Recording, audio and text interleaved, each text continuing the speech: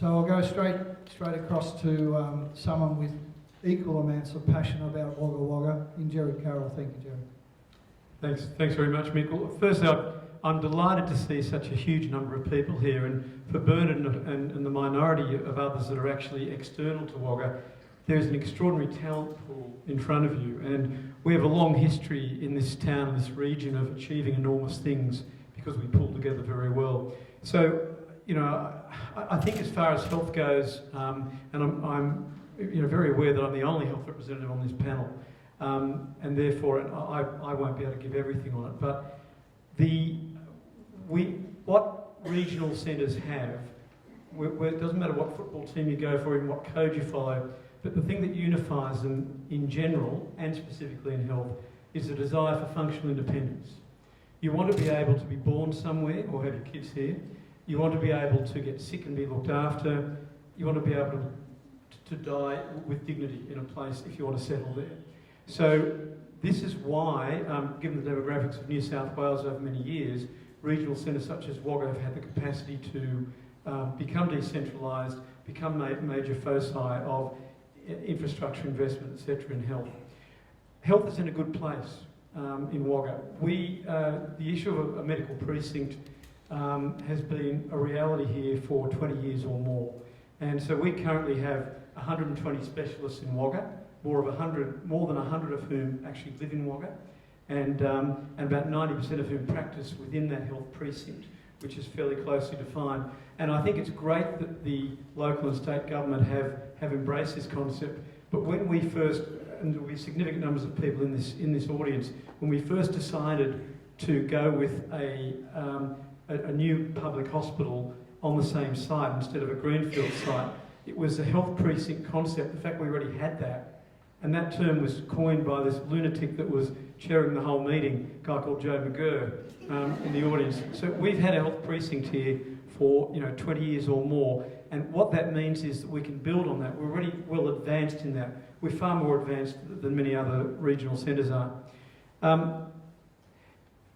In the health precinct, one needs obviously a concentration of specialist services, public sector, public hospital, private hospital, and education. In contrast to that, and a very nice corollary to that, is the issue of the decentralisation of general practices, because that is the centre of primary health is a centre of the universe for patient care, for wellness and for illness. And we have this magnificent decentralisation away from the health precinct of general practices, right through the town and right through the region. With regard to public-private, we are extraordinarily well set up. We have the biggest inland private hospital in New South Wales, over 150 beds, does really high-level acute care.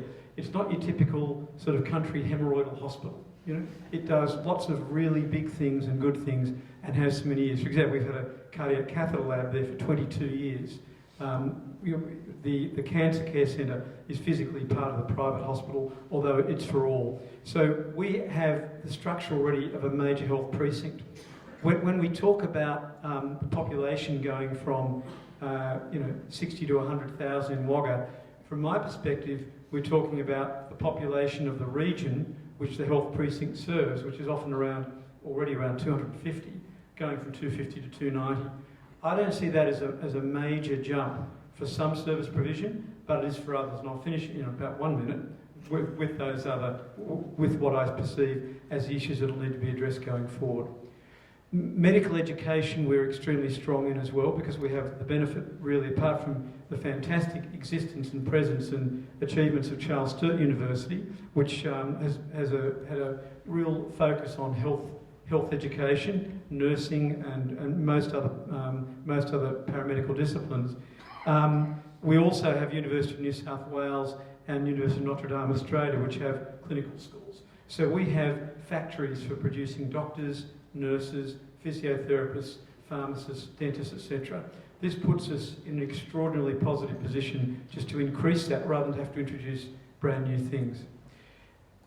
My concerns relate to the things that will suddenly need to be ramped up in order to meet an increasing demand related to an increased population in the city of Wagga. Acute care, And these are all solvable, but they have to be recognised in advance. So whereas it's relatively simple to increase the total population of tertiary and secondary referral services, which are now currently provided for 250,000 to 290,000 with a little bit of notice, it's not that easy to increase a Wagga ED from providing for 60,000 to 100,000. It's not that easy to provide for the necessary aged care changes. These are things that will need significant planning, foresight, infrastructure, and as we've all found so difficult in the last 20 years, funding. And so we have to be aware, for example, of the incredible stretch already on the public hospital. All the new beds are open. ED has a progressive increase in the number of admissions and presentations every year. And when we increase the population, whether it goes from 60 to 84 or whether it goes from 70 to 100, there will be a substantial increase in the need, in the services that we need to provide. And we can do that, but we have to know that. Aged care is perhaps the hardest issue. Aged care traverses inpatient and outpatient stuff. So the inpatient stuff relates to the fact that we do so much more now for the average 80-year-old than we used to do, say, 20 years ago, whatever the condition is. But also there are more of them, and there will be more of them, and that is an increased burden on the health system. It's a burden and a demand that has to be met. So we have to look at that realistically, and it's not a reason not to do it, it's just a reason to recognise it as an issue because the 7th and 8th decades are very different now than they used to be, say 20, 30 years ago.